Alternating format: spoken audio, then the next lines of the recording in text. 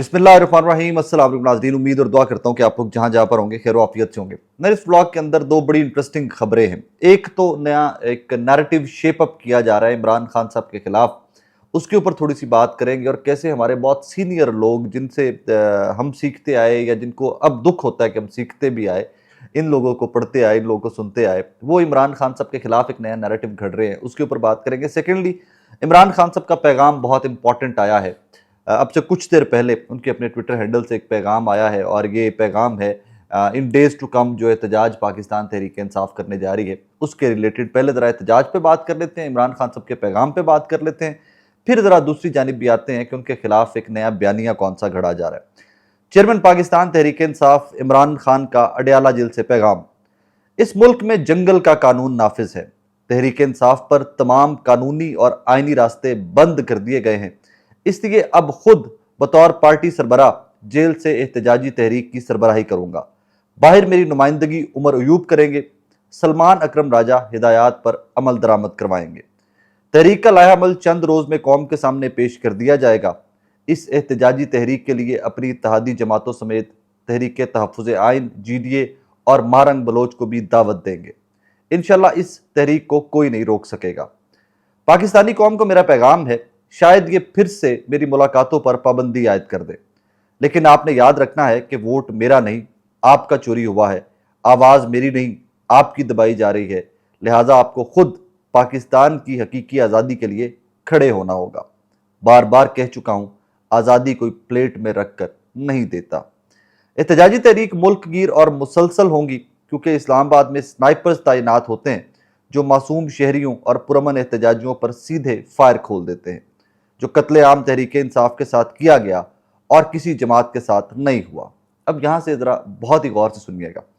मेरा अपना पार्टी अहदेदारों को पैगाम है, अगर मैं जेल काट सकता हूं तो आपको भी डर नहीं होना चाहिए। अब तक पार्टी सबको बनी बनाई मिल गई थी, अब मुश्किल वक्त है और सबका इम्तिहान है। मुझे भी जेल में डालने के बाद 3 साल खामोश हो जाने के पर आराम से बनी गला बैठ जाने का कहा गया था, जैसे नवाज शरीफ को 10 साल तक चुप रहना पड़ा, मगर मैं बुज़दिल नहीं हूं और यजीदियत पर कभी खामोश नहीं रह सकता। मैं जमहूरियत की बहाली के लिए आखिरी दम तक जिद्दोजहद करूंगा। इमरान खान। अब इसमें दो चीज़ें बड़ी इंपॉर्टेंट हैं। एक, जो उन्होंने अपने पार्टी के अहदेदारान से मुखातिब हुए हैं इमरान खान साहब, उन्होंने कहा कि यार अगर मैं जेल काट सकता हूं तो तुम्हें क्या प्रॉब्लम है। और इमरान खान की तो लंबी चौड़ी जेल और जिन सख्तियों के अंदर उन्होंने जेल काटी है वो अनबिलीवेबल हैं, अनडिस्क्राइबेबल हैं।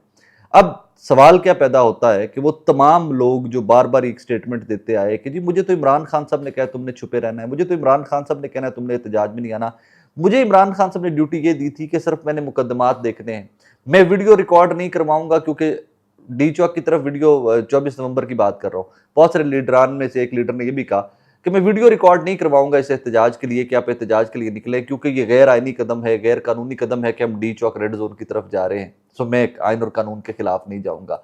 सो इस तरह के वो तमाम लोग जिनके ऊपर पाकिस्तान तहरीक इंसाफ कॉम्प्रोमाइज्ड का इल्ज़ाम लगाता है, तहरीक इंसाफ का वर्कर, उन सब का इम्तिहान अब फाइनली स्टार्ट हो गया।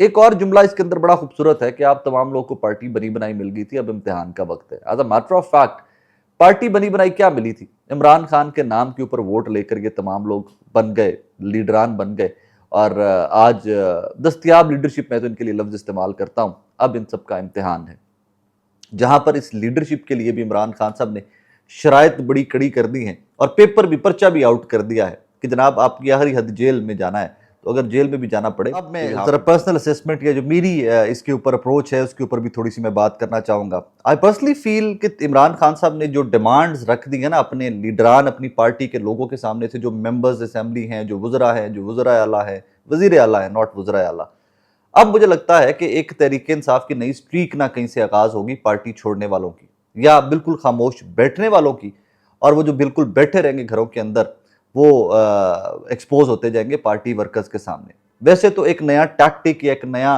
टूल पाकिस्तान तहरीक इंसाफ के खिलाफ जो अब्दुल लतीफ चित्राली साहब के ऊपर इस्तेमाल हुआ है, वो भी इन एक्शन होगा। आप देखेंगे इन डेज टू कम के मजीद MNAs जो हैं वो डिसक्वालीफाई होंगे, उनको गिरफ्तारियां की जाएंगी, उनको डिसक्वालीफाई किया जाएगा, सीटें खाली की जाएंगी, और ये वो MNAs होंगे जो तहरीक इंसाफ के नज़रिए के ऊपर, इमरान खान साहब के नज़रिए के ऊपर डट कर खड़े रहे मुश्किल तरीन हालात के अंदर। बड़ी इंटरेस्टिंग सिचुएशन डेवलप होने जा रही है।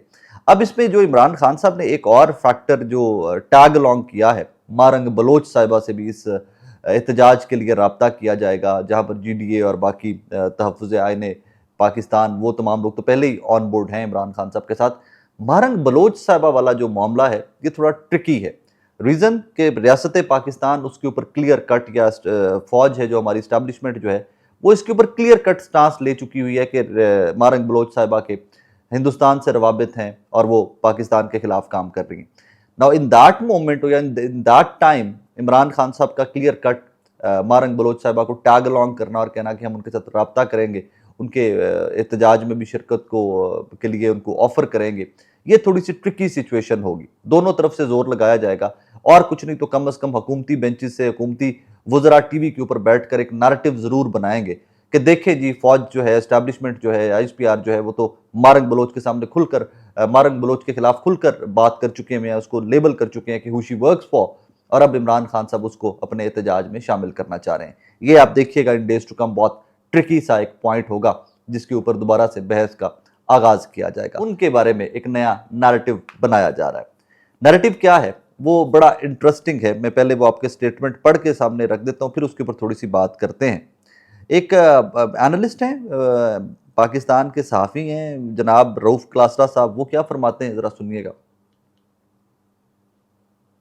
में बहुत सारी किताबें आ रही हैं, popular leadership is a big threat to democracy.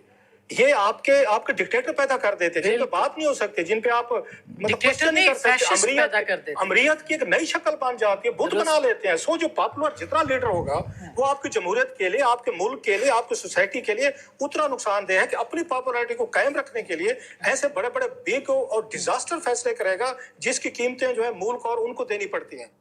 जनाब रऊफ क्लासरा साहब, साथ साद रसूल साहब बैठे हैं, साथ मदर अब्बास साहब बैठे हैं। आसमा शिराजी साहबा के शो के अंदर ये पर्ल्स ऑफ विजडम बखेरे हैं जनाब रऊफ क्लासरा साहब ने। इसके ऊपर क्या बंदा तबसरा करे, लेकिन इसका तबसरा चले थोड़ा सा अनकन्वेंशनल करते हैं। लाहौर बेस्ड एक जर्नलिस्ट हैं, वो अपने आप को क्लेम करते हैं क्योंकि 30 साल 40 साल का उनका एक्सपीरियंस है। नाम बहुत ज़्यादा वो पैदा नहीं कर सके, नेशनल मीडिया के अंदर कोई बहुत बड़े जर्नलिस्ट नहीं बन सके। उनको इमरान खान साहब की ज़ात से एक बड़ा शिकवा था।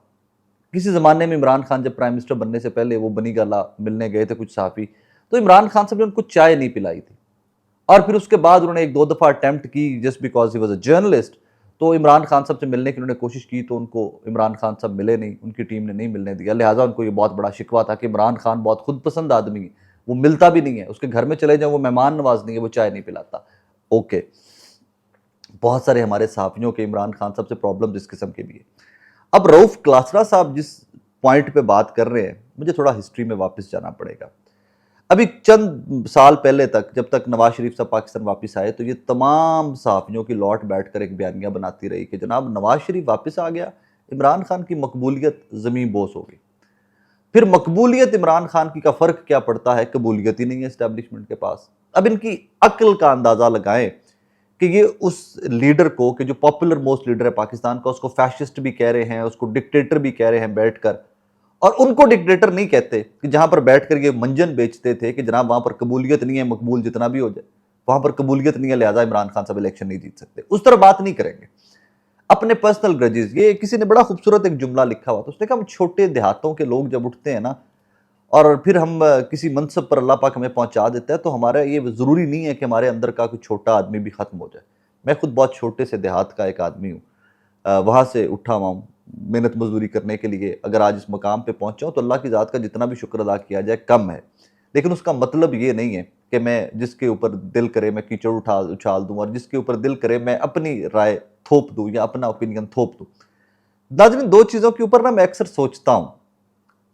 गोरों के ज़माने में कहते हैं कि जो सिविल सर्वेंट्स होते थे ना, जो बेहतर सरकारी अफसर सीटें होती थी, वो हसब नसब खानदान देख कर गोरा लगाया करता था, एम ए उठाकर किसी को भी नहीं लगा दिया जाता था। उसकी दलील मोटी से मुझे बड़ी समझ आती है। तुझे किसी हौले घर दे बंदे नूं, किसी बहुत ही माड़े बंदे नूं CSP ला दोगे, अपनी गुर्बत अंदर के कॉम्प्लेक्सेस खत्म करने के लिए कमाल की करप्शन करेगा। और मैं ये रोज विटनेस करता हूँ। आप जरा बेहतर फैमिलीज के लोग या जिन्होंने जरा बेहतर तरबियत वाले लोग जो है, वो करप्शन करते हुए कम से कम झिझकते जरूर है कि यार खानदान इन्वॉल्व हो जाता है, फैमिली के ऊपर नाम आता है, लोग जलील करते हैं। हौले कराने बंदे दबा के कर देने कि साडा पल ही की है, ਅਸੀਂ ਉਹਦੇ ਚ ਆ ਕੇ जो हो सकता है दबा लो। और ये गोरों के ज़माने का एक निज़ाम था, लोग कहते हैं, क्लेम करते हैं। इंज ही मन लगता है कि पाकिस्तान के अंदर अब एक और निज़ाम बनना चाहिए। हम सहाफ़ी जो है ना, हमें भी बैकग्राउंड देखकर सहाफ़त स्टार्ट करनी चाहिए और कोई ऐसा इदारा होना चाहिए कि जो हमारी सहाफ़त को रोक दिया करे कि भाईजान तुसी सहाफ़त के काबिल ही नहीं हो। अब इसकी एक और बड़ी खूबसूरत सी मिसाल मैं आपको देता हूँ। हम जो देहाती होते हैं ना, हम कहीं पर भी पहुंच जाए, मैं मतलब कह लो कि जी मैं पाकिस्तान के टॉप 5 ताकतवर तरीन एंकर्स में से भी एक एंकर बन जाऊँ, और यार मेरे पिंड के मसाइल उत्थे दे उत्थे रहने ने। मतलब कैसे कि मैं वज़ीर आज़म का इंटरव्यू करता हूँ, मैं अपोजिशन लीडर का इंटरव्यू करता हूँ, पूरी पाकिस्तान मुझे आवाज़ सुनता है। मैं अगर मिसाल दे रहा हूँ, अगर मैं इतना ताकतवर जर्नलिस्ट भी बन जाऊँ, इतना मकबूल जर्नलिस्ट भी बन जाऊँ, तो मेरे गाँव की कोई नाली का मामला आएगा ना, गली का मामला आएगा, तो वो जो शरीका बिरादरी जिसको कहते हैं, और कहीं ना कहीं ऑटोमेटिकली मेरी इन्वॉल्वमेंट वहाँ पे चली जाएगी। फिर बैठकर जब मैं स्कॉलर बनकर बात करूंगा कि बैठकर इमरान खान ऐसे हैं, पॉपुलर लीडर जो है वो डेमोक्रेसी के लिए थ्रेट हैं, तो फिर वो जरा मजाक सा लगता है बंदे का, नहीं यार लेट्स नॉट डू दैट। क्या मोहम्मद अली जिन्ना साहब पॉपुलर नहीं थे? क्या गांधी पॉपुलर नहीं थे? क्या इसमें बहुत बड़े बड़े जो लीडर हैं जिन्होंने दुनिया का नक्शा बदला है, दुनिया की अपनी कौमों की तकदीर बदली है, क्या वो पॉपुलर नहीं थे? और ये क्या दलील है कि पॉपुलर लीडर जो है वो फिर फैशिस्ट बन जाता है? किसी एक शख्सियत जिसके गिर्द आप घूमते हुए ये कमेंट करने पे मजबूर हुए हैं इमरान खान साहब की ज़ात के ऊपर। इमरान खान साहब ने पॉपुलर होते हुए अपनी पॉपुलैरिटी को कायम रखने के लिए कौन से अपने पर्सनल एसेट्स के लिए इस तरह के फैसले किए हैं कि मुल्क को नुकसान हुआ है? कोई एक फैसला मुझे बताइए। नवाज शरीफ साहब की उस स्टेटमेंट ने मुल्क को ज्यादा नुकसान पहुंचाया था, जो इंडियन अटैक, जो इंडिया हिंदुस्तान के अंदर अटैक हुआ था, उसने ज्यादा नुकसान पहुंचाया था? कारगिल वाली स्टेटमेंट के ऊपर जो नवाज शरीफ साहब ने दी थी, नुकसान पहुंचाया था? या इमरान खान साहब जो स्टैब्लिशमेंट के ऊपर तनकीद करते हैं, ये ज्यादा नुकसान पहुंचा रही है? ये जरा पूछ लिया जाए क्लासरा साहब से अगले शो के अंदर। किताबें आ रही हैं जस्ट बिकॉज, या तो इस सिस्टम को खत्म कर दीजिए ना, डेमोक्रेसी को खत्म कर दीजिए कि जी डेमोक्रेसी नाम का कोई सिस्टम नहीं है, बादशाहत चलेगी, एक बंदा बादशाहत करेगा, अमीरुल मोमिनीन बना लो अपना, बादशाहत करेगा, चलो फारिग हो तुम लोग सारे, निकलो यहाँ से, हमें कोई एतराज़ नहीं होगा। ठीक है, निज़ाम बदल दिया, पाकिस्तान की अवाम ये चाहती थी, अक्सरियत ये चाहती थी, वो इसी से निज़ाम के अंदर रहना चाहते हैं, ठीक है बना लीजिए। ये फड़कते हैं इनके अंदर ना, वो इनके वो फड़कते हैं ये बेचारे। 8 फरवरी से पहले इन्होंने क्या क्या बयानिए बनाए इमरान खान के खिलाफ, इन सब ने, इन सब सीनियर्स ने, जावेद चौधरी साहब, क्लासरा साहब, इन सब के सब ने बनाए। क्या हुआ इनके साथ 8 फरवरी को? सारे बयानिए गलत, सारे अंदाजे गलत, हवा में फेंकते रहे सबके सब। अब वो एक नई गिद्दड़ सिंगी या नए लेकर आगे हमारे क्लासरा ऑफ लिया के जो हैं, लिया के क्लासरा साहब जो हैं हमारे, वो एक नई कहानी, नया नैरेटिव लेकर मार्केट में आ गए। कहाँ बिकना है, छड्डो, पर अपने आप में एक्सपोज कर दें लोग। अफसोस किया जा सकता है इनकी जर्नलिज्म के ऊपर, और अफसोस हम पे भी किया करें, हम भी इनको पढ़ते सुनते आए। लेकिन क्लासरा साहब को तो मैंने खैर कभी पढ़ा सुना नहीं था। जावेद चौधरी साहब वाले जुर्म के अंदर मैं बिल्कुल शरीके जुर्म रहा हूँ, क्लासरा साहब को मैं पढ़ता सुनता रहा हूँ। एनीवेज नाज़रीन, अपना बहुत सारा ख्याल रखिएगा, दुआ में याद रखिएगा। अल्लाह हाफिज़।